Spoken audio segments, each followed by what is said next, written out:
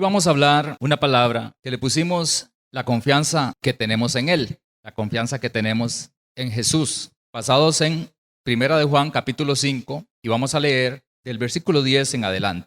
Amén. Dice así: el que cree en el Hijo de Dios tiene el testimonio en sí mismo.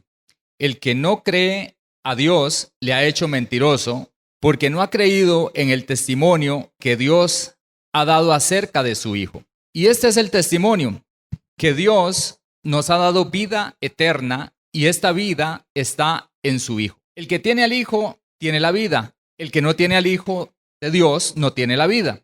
Estas cosas os he escrito a vosotros que creéis en el nombre del Hijo de Dios, para que sepáis que tenéis vida eterna y para que creáis en el nombre del Hijo de Dios. Y esta es la confianza que tenemos en Él, que si pedimos alguna cosa conforme a su voluntad, Él nos oye. Y si sabemos que Él nos oye en cualquier cosa que pidamos, sabemos que tenemos las peticiones que le hayamos hecho. Amén. Vemos aquí en esta palabra, en el versículo 10, dice que el que cree en el Hijo de Dios tiene el testimonio en sí mismo, el testimonio de Dios. El que no cree a Dios le ha hecho mentiroso porque no ha creído en el testimonio que Dios ha dado acerca de su Hijo. Ahora, ¿cuál es el testimonio? Que Dios nos ha dado vida eterna y que esa vida está en Jesús. Que Dios nos ha dado vida eterna a través de Jesucristo. Para entender un poquito esto, recordemos cuando Dios creó a Adán y a Eva, los colocó en el huerto del Edén, y Dios les dijo a ellos que no debían comer del árbol del conocimiento del bien y el mal, porque ciertamente morirían. Y el testimonio de Dios es la palabra de Dios. Ese es el testimonio de Dios. Es lo que Dios dice. En ese momento el testimonio de Dios para Adán y Eva era que si comían de ese árbol, ciertamente morirían. Pero Adán y Eva hicieron a Dios mentiroso, porque no creyeron en el testimonio de Dios. No creyeron en las palabras de Dios. No creyeron que era cierto que si comían de aquel árbol, ciertamente morirían. Y comieron y murieron. Pero Adán y Eva hicieron a Dios mentiroso. Entró el pecado y la muerte a sus vidas y a la humanidad. Pero ahora hay un nuevo testimonio de Dios. El testimonio de Dios es este. Y vuélvalo a ver en su palabra. El que cree en el Hijo de Dios dice que tiene el testimonio en sí mismo, o sea, ha recibido esa verdad, esa palabra de Dios la ha aceptado como la verdad. El que no cree a Dios le ha hecho mentiroso porque no ha creído en el testimonio que Dios ha dado acerca de su Hijo. Y el testimonio es que Dios nos ha dado vida y esa vida está en Jesús. En aquel momento Dios dio un testimonio a Adán, a Eva y les dijo: en ese árbol y en el comer de ese árbol está la muerte. Ellos no creyeron y participaron de aquel fruto y participaron de la muerte. Pero hoy el testimonio es que la vida está en Jesús. Ese es el testimonio que Dios nos ha dado. Entonces, todo aquel que cree, le cree a Dios, acepta ese testimonio y al participar de Cristo, participa de la vida. Gloria al Señor. Y por eso es que dice que el que cree, el que le ha creído a Dios, tiene el testimonio en sí mismo. Tenemos el testimonio de Dios en nosotros por haberle creído a Dios que Él nos ha dado vida eterna y que esa vida está en Jesús. Por eso es que dice que el que tiene al Hijo tiene la vida, porque tiene ese testimonio de Dios, ha creído, ha aceptado ese testimonio de Dios y ha participado de la vida. Entonces nosotros, al haber creído en Jesucristo, hermanos, hemos aceptado ese testimonio y hemos hecho a Dios verdadero. Hemos proclamado que Dios es verdadero, que su palabra es verdad. No lo hemos hecho mentiroso. El que no le cree a Dios, el que no recibe ese testimonio que hay vida en Jesús, hace a Dios mentiroso. Dice en el 13: estas cosas os he escrito a vosotros que creéis en el nombre del Hijo de Dios. ¿Cuántos creen en Jesucristo? ¿Cuántos creen que en Jesucristo hay vida y en Él está la vida? Él sabe que hemos creído, hemos recibido su testimonio. La vida está en Cristo.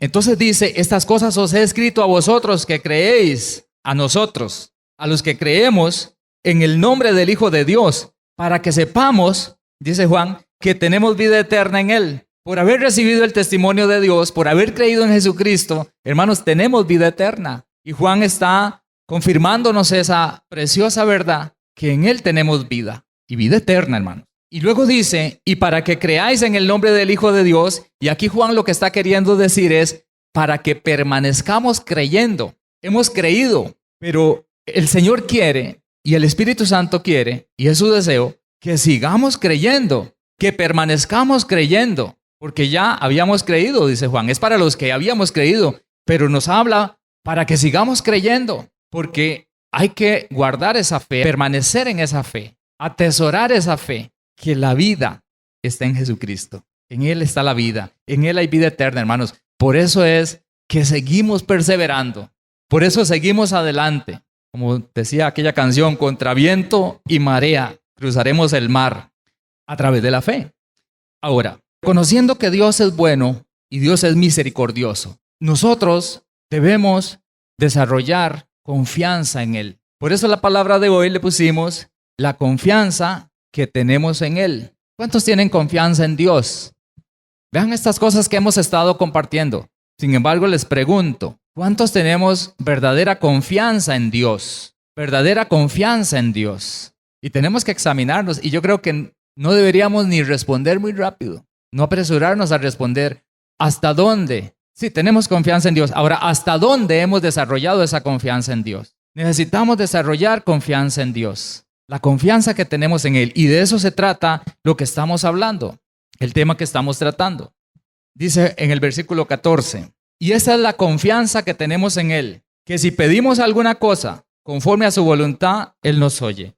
Entonces, la confianza que necesitamos desarrollar en ese Dios en el cual hemos creído, en el cual está la vida, el cual nos ama, es misericordioso y bondadoso, es que si pedimos alguna cosa, cualquier cosa, conforme a su voluntad, Él nos oye y nos da respuesta. Es la confianza que necesitamos desarrollar en nuestro Dios. Que cualquier cosa que pidamos conforme a su voluntad, Él nos oye y nos da la respuesta. Ahora, si nos volvemos a preguntar, bueno, ¿cuánta confianza tengo en Dios? Ya comparándolo con esta verdad de la palabra. ¿Cuánta confianza tengo en Dios? ¿Cuánta seguridad tengo de que si pido cualquier cosa conforme a su voluntad, Él me oye y me da la respuesta? Ahora, lógicamente, cuando nosotros estábamos perdidos, alejados del Padre Celestial como el Hijo pródigo, nosotros no teníamos esa confianza de pedirle a Dios y confiar en que le hablábamos y Él nos oía. Estamos hablando de que cuando le hablamos a Dios, Él nos oye. Como cuando yo le hablo a don José y Él me está escuchando. Le hablo a Dios y Él me oye, porque Él es un Dios vivo. Tenemos un Dios verdadero, vivo, poderoso, real. Entonces, antes no teníamos esa confianza. Lógicamente, ni siquiera lo conocíamos. No conocíamos a Dios. Lógicamente no creíamos que nos escuchara cuando no conocíamos a Cristo, cuando no conocíamos el amor de Dios. Pero saben que uno viene y conoce al Señor, recibe a Cristo en el corazón, cree, tiene esa fe y cree que en Él está la vida, pero ahí es como un niño todavía y tiene que comenzar a desarrollar muchas cosas delante de Dios. Una de esas cosas es tenerle la confianza, ahora ya no solo como Dios, sino también como Padre, y poder tener esa confianza de pedirle, realmente acercarnos a Él como Padre, como el Hijo se acerca al Padre con esa confianza. Es algo así como cuando un hijo es adoptado. Es que cuando un hijo nace en la familia, entonces desde bebé comienza a desarrollar confianza en sus padres. Y cuando necesita, les pide. Tiene esa confianza. Cuando tiene hambre, pide con toda la seguridad de que su papá o su mamá le van a dar comida.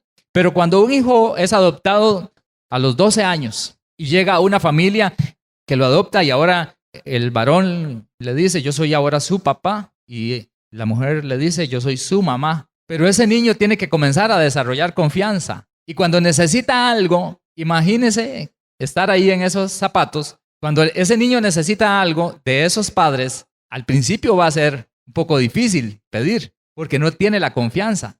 Así llegamos nosotros al Señor. Creemos en Él, pero tenemos que comenzar a desarrollar confianza. La confianza de saber que cuando le pido, cuando le hablo, Él me oye. Y la confianza de tener esa seguridad de que me dará respuesta a lo que le estoy pidiendo. Esa es la confianza que debemos desarrollar. Génesis capítulo 3, en el versículo 7, hablando de Adán y Eva, dice, después de que comieron el fruto del árbol que no debían, después de hacer a Dios mentiroso, dice, entonces fueron abiertos los ojos de ambos y conocieron que estaban desnudos, entonces cosieron hojas de higuera y se hicieron delantales. Y oyeron la voz de Jehová Dios que se paseaba en el huerto, al aire del día, y el hombre y su mujer se escondieron de la presencia de Jehová Dios entre los árboles del huerto. Mas Jehová Dios llamó al hombre y le dijo, ¿dónde estás tú? Él respondió, oí tu voz en el huerto y tuve miedo porque estaba desnudo y me escondí. Y Dios le dijo, ¿quién te enseñó que estabas desnudo? ¿Has comido del árbol que yo te mandé? No comieses.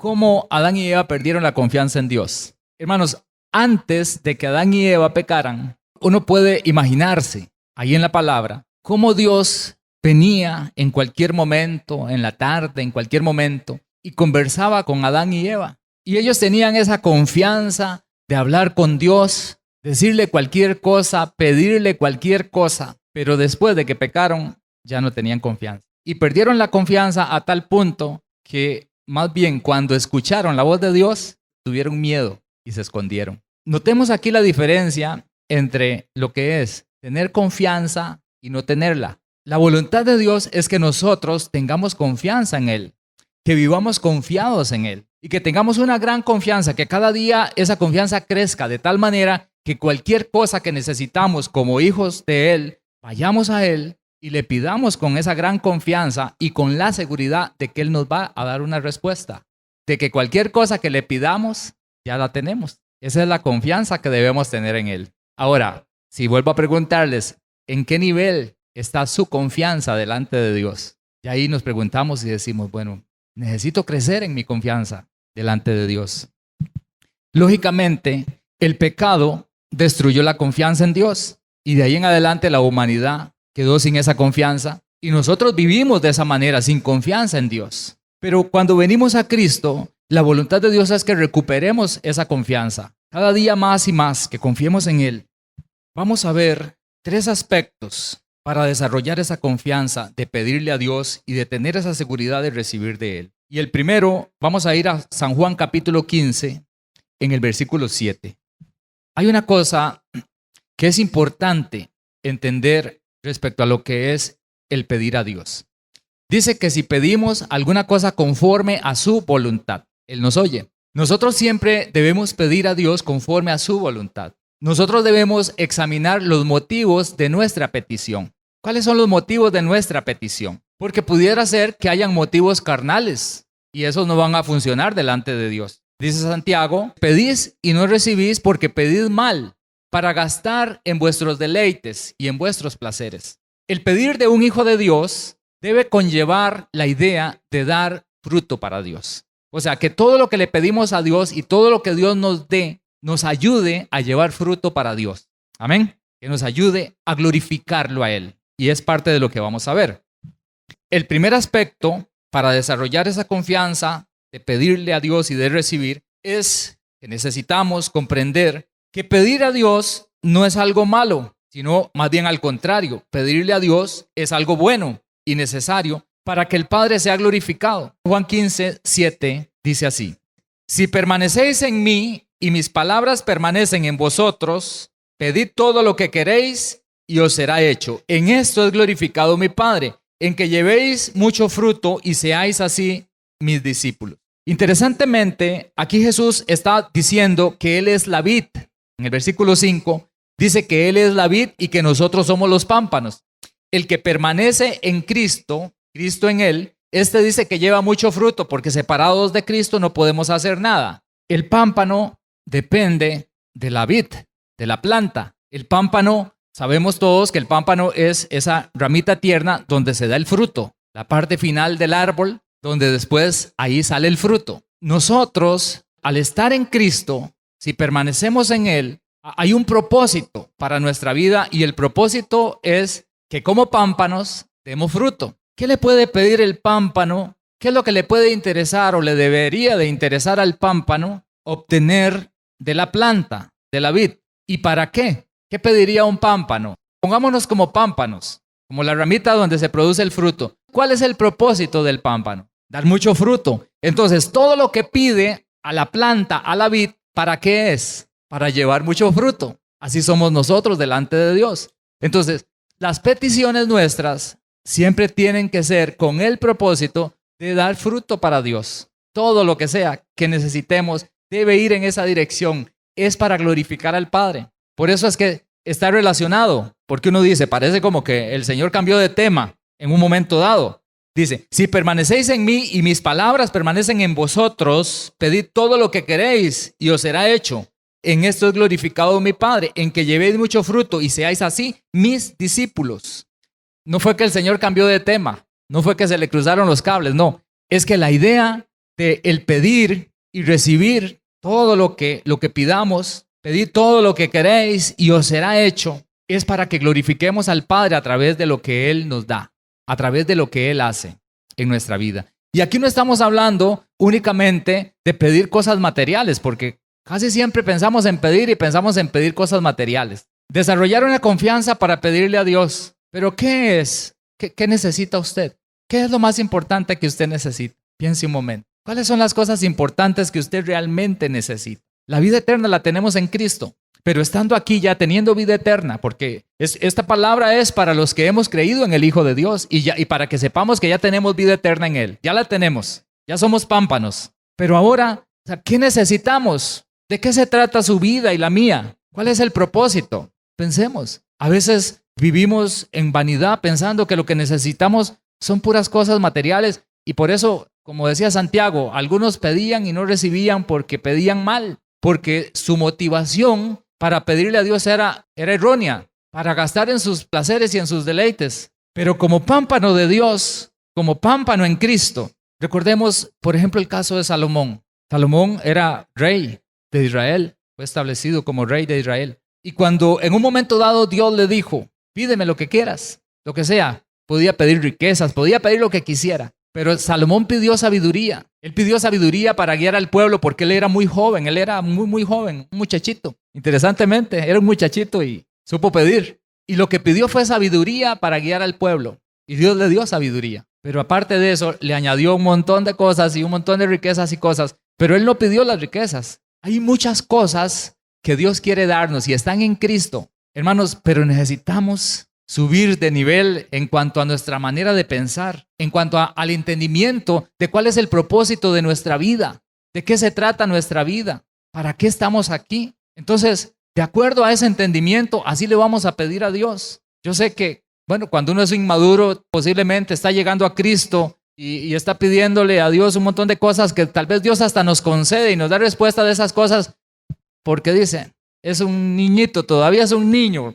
Le voy a ayudar en esto, pero tiene que madurar, tiene que entender que eso no es lo más importante. Pero hay un montón de bienes preciados que están en Cristo y que Él quiere darnos y que nosotros necesitamos para poder dar el fruto esperado, el fruto que glorifica al Padre, que debe ser nuestro propósito. ¿Qué necesitamos? Sabiduría, por supuesto. Y la palabra dice, adquiere sabiduría, ante todo adquiere sabiduría. Inteligencia espiritual, fortaleza de Dios, fortaleza en nuestra vida para poder agradarlo, vivir en santidad, para poder ser un testimonio de Él, para poder ser luz. Hay un montón de bienes preciados que necesitamos para poder ser un buen ejemplo para nuestros hijos, poder servir a los demás, ser un instrumento, un buen instrumento en las manos de Dios. Hay muchas cosas. Ahora, en medio de todo eso, aún lo material, cuando es conforme a la voluntad de Dios, Él nos lo da. No importa lo que sea, Él nos lo daría. ¿Por qué? Nos lo pone en nuestras manos. ¿Por qué? Porque dice, me está pidiendo esto, es material, pero es para servirme. A través de este bien material que voy a poner en sus manos, me va a glorificar, porque lo va a utilizar correctamente. Pudiera ser que alguien, Señor, yo quiero un carro para poder tener esa bendición de ir todos los domingos, congregarme, para poderte servir. Y entonces Dios dice, sí. Tiene un buen corazón y de verdad es una persona que se esfuerza. Cuando no tiene el carro, aunque sea a pie, llega. Pero si lo que yo pido es para gastar en mis placeres y mis deleites, sin considerar la voluntad de Dios y el utilizar todos mis asuntos y mis recursos para Él, entonces el Señor todo lo conoce. Amén. Entonces la pregunta es, ¿qué es lo que realmente necesitamos, pero como pámpanos de Dios? O sea, como carnales, ni me pregunte. Como carnales, usted puede hacer un listón de cosas y decir, yo ocupo esto, yo ocupo lo otro, yo aquello y aquí y allá. Y al final de cuentas, seguramente haciendo un análisis espiritual, le tachamos todo y le decimos, no, de eso no ocupa nada.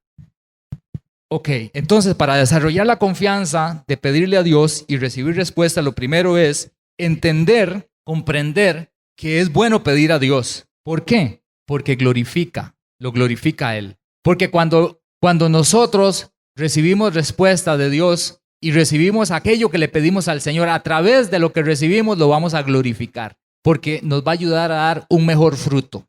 Amén. La segunda cosa, vamos a leer en San Juan capítulo 15, en el versículo 9, dice el Señor: como el Padre me ha amado, así también yo os he amado. Permaneced en mi amor. Si guardareis mis mandamientos, permaneceréis en mi amor, así como yo he guardado los mandamientos de mi Padre y permanezco en su amor. El segundo aspecto para desarrollar esa confianza en el Señor, de pedirle y recibir, es establecer una relación de amor con el Padre. Nosotros necesitamos entender la clase de relación que nuestro Señor desea establecer con nosotros. Hermanos, es una relación de amor. Dice aquí que es una relación donde permanecemos en su amor. Para permanecer en su amor hay que guardar sus mandamientos. Dice: si guardareis mis mandamientos, permaneceréis en mi amor, así como yo he guardado los mandamientos de mi Padre y permanezco en su amor.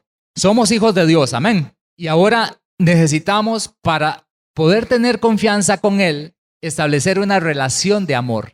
En una relación de amor, lógicamente, no es una relación de egoísmo, donde el Padre nos salva, nos entregó al Hijo, nos dio lo mejor, nos sana, nos bendice, nos ayuda, nos hace esto, nos da lo otro, y al final de cuentas no permanecemos en Él. Al final de cuentas, así que recibimos todo lo que Él nos da, entonces nos vamos, nos alejamos de Él. Eso no es una relación de amor, eso sería una relación egoísta. Por eso el Señor dice que si permanecemos en sus palabras y que si permanecemos en su amor y guardamos sus mandamientos, entonces podemos pedir todo lo que necesitamos, todo lo que queremos, y nos será hecho, nos será dado. Pero tenemos que tener esa relación de amor con nuestro Padre. Y aquí los hijos que están, todos somos hijos, pero los muchachos, los más jóvenes, usted debe entender que con sus padres usted debe establecer una relación de amor. No es una relación egoísta,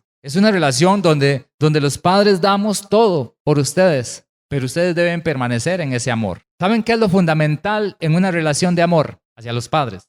La obediencia, porque el guardar sus mandamientos es obediencia. Para permanecer en una relación de amor con nuestro Padre Dios, debemos vivir en obediencia a su palabra, permanecer en su palabra. Por supuesto que en ese tipo de relación de amor se va a desarrollar la confianza de pedirle y la seguridad de que tendremos respuesta. Ese es el segundo aspecto, una relación de amor. El mejor ejemplo que tenemos de una relación de amor con Dios es el ejemplo de Jesucristo. Primera de Juan 3, en el versículo 19, dice: y en esto conocemos que somos de la verdad y aseguraremos nuestros corazones delante de Él. Pues si nuestro corazón nos reprende, mayor que nuestro corazón es Dios, y Él sabe todas las cosas. Amados, si nuestro corazón no nos reprende, confianza tenemos en Dios. Y cualquier cosa que pidiéramos, la recibiremos de Él, porque guardamos sus mandamientos y hacemos las cosas que son, ¿qué? Agradables delante de Él. ¿Ven cómo es el asunto? Dice: si nuestro corazón nos reprende. ¿Cuántos hemos sido reprendidos por nuestro corazón cuando hemos hecho algo incorrecto o estamos haciendo algo incorrecto? Ahora, yo le pregunto esta mañana, ¿lo está reprendiendo su corazón por algo que usted está haciendo? Porque dice: si nuestro corazón nos reprende, tenemos que saber que hay alguien que es mayor que nuestro corazón, y es Dios, y Él conoce todas las cosas. Si nuestro corazón, que es menor que Dios, nos reprende, Dios nos reprende aún más. Ese es el punto. Ahora, si nuestro corazón nos reprende, ¿qué tenemos que hacer? ¿Qué hay que hacer cuando el corazón a uno lo reprende? Arrepentirse. Hay que arrepentirse y reconocer que está pecando, que está fallando. Confesar el pecado a Dios y apartarse y luchar contra eso. Porque si el corazón nos reprende, por algo es. Porque en los hijos de Dios, el corazón nos reprende. Ya el Señor está en nuestra vida. Y Él ha quitado el corazón de piedra y ha puesto un corazón de carne, por eso el corazón nos reprende. Y mayor es Dios. Pero si nuestro corazón no nos reprende, entonces dice: confianza tenemos en Él. Y todo lo que le pidiéramos, cualquier cosa que le pidiéramos, la vamos a recibir de Él. ¿Ven cómo se desarrolla la confianza? Debemos cuidarnos tanto en ser agradables a nuestro Dios, a nuestro Padre, porque si no perdemos la confianza. Si lo desagradamos, perdemos la confianza. Ya usted no le va a poder pedir a Dios y esperar recibir. ¿Saben qué hacemos? Lo que hizo Adán y Eva, esconderse de Dios, llenarse de temores, llenarse de miedo, porque ya no hay confianza. Porque si estamos desagradando a Dios, estamos fallando, estamos pecando. El mayor ejemplo, les decía, de confianza en Dios y de relación de amor con el Padre es Jesucristo. Ahí en San Juan capítulo 14, en el versículo 30, dice Jesús: no hablaré ya mucho con vosotros, porque viene el príncipe de este mundo y él nada tiene en mí. Mas para que el mundo conozca que amo al Padre. Y entonces vean la relación entre el amor y la obediencia. Mas para que el mundo conozca que amo al Padre y como el Padre me mandó, así hago, levantaos y vámonos de aquí. Venían por Jesús, venían a capturar a Jesús para llevarlo a la cruz, lo que todos conocemos. Y el diablo estaba ahí en eso.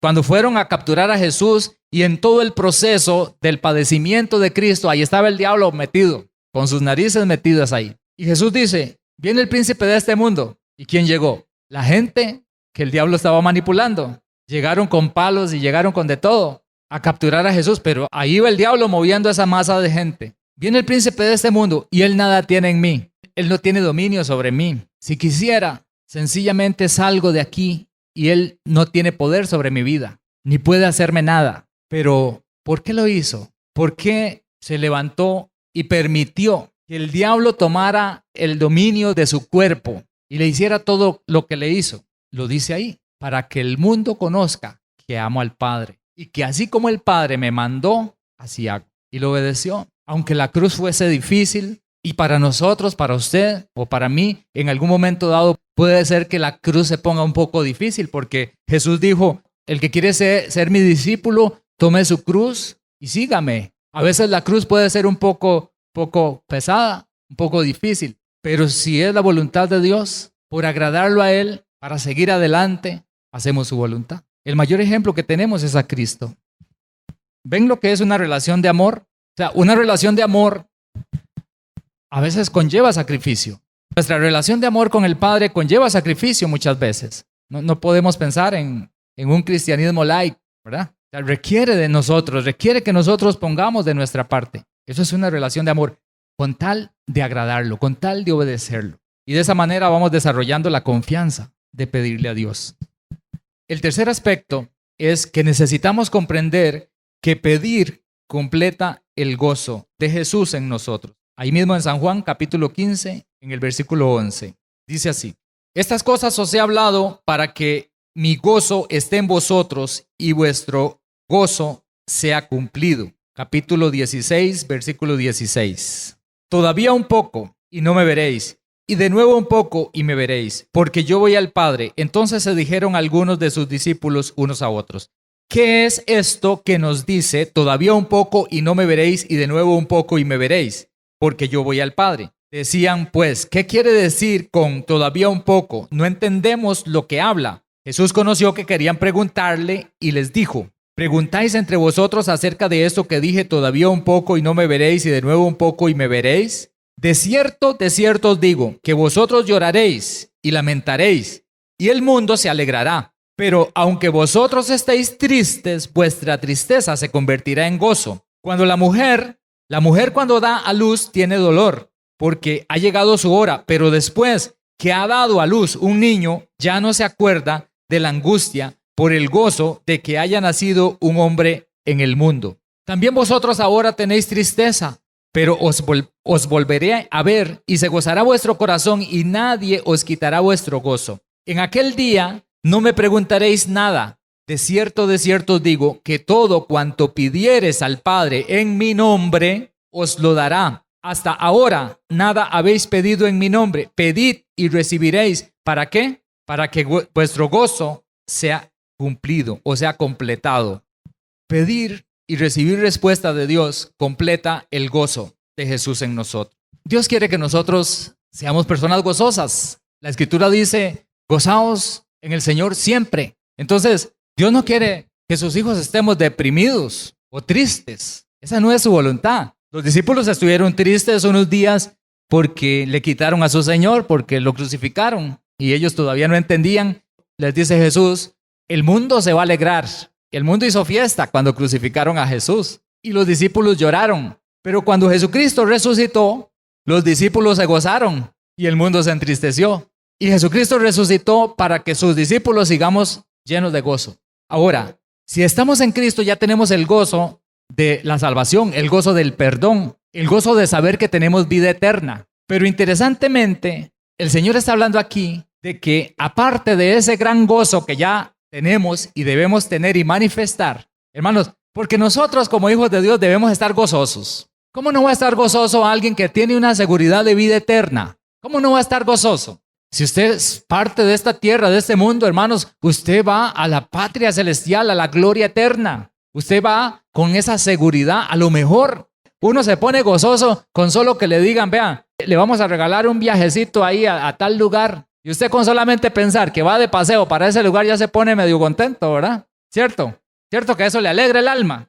Ahora, si sabemos que tenemos el tiquete pagado, la visa, tenemos todo listo para ir al lugar más precioso y maravilloso y en un estado glorificado, donde no hay llanto, tristeza ni dolor, hermanos, tenemos que tener gozo. Eso tiene que ser causa de un gran gozo. Somos los hijos de Dios. No podemos estar tristes, hermano. Amén. Y si algo lo está tratando de entristecer, sacúdase y diga, no, eso no es para mí. Para mí es el gozo del Señor. Pero vean cómo es Dios de bueno y misericordioso y maravilloso. Aparte de que nos ha dado ese gozo de nuestra salvación, todavía el Señor dice, cuando yo haga esta obra por ustedes, cuando yo pague este precio y resucite, y ustedes se van a gozar, pero además de eso, pidan en mi nombre, para que sobre el gozo que ya ustedes tienen, aún tengan más gozo, cuando ustedes pidan en mi nombre y reciban la respuesta. Entonces pedir a Dios es algo muy bueno, porque parte de la voluntad de Dios es que lo hagamos, y Jesús nos dijo, pidan. Si no le pedimos a Dios, más bien estamos desobedeciéndole. Él dijo, pidan para que su gozo se complete aún más.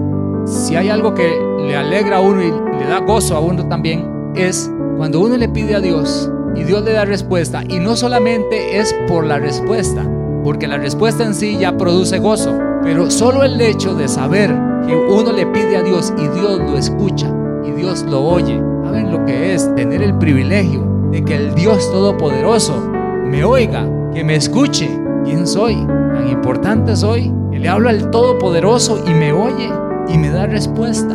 Entonces es una relación bonita con Dios, es una relación preciosa con Dios, y entonces podemos desarrollar esa confianza. La confianza que tenemos en Él es lo que dice Juan. Es que esta es la confianza que tenemos, es que tenemos una relación de amor con el Padre.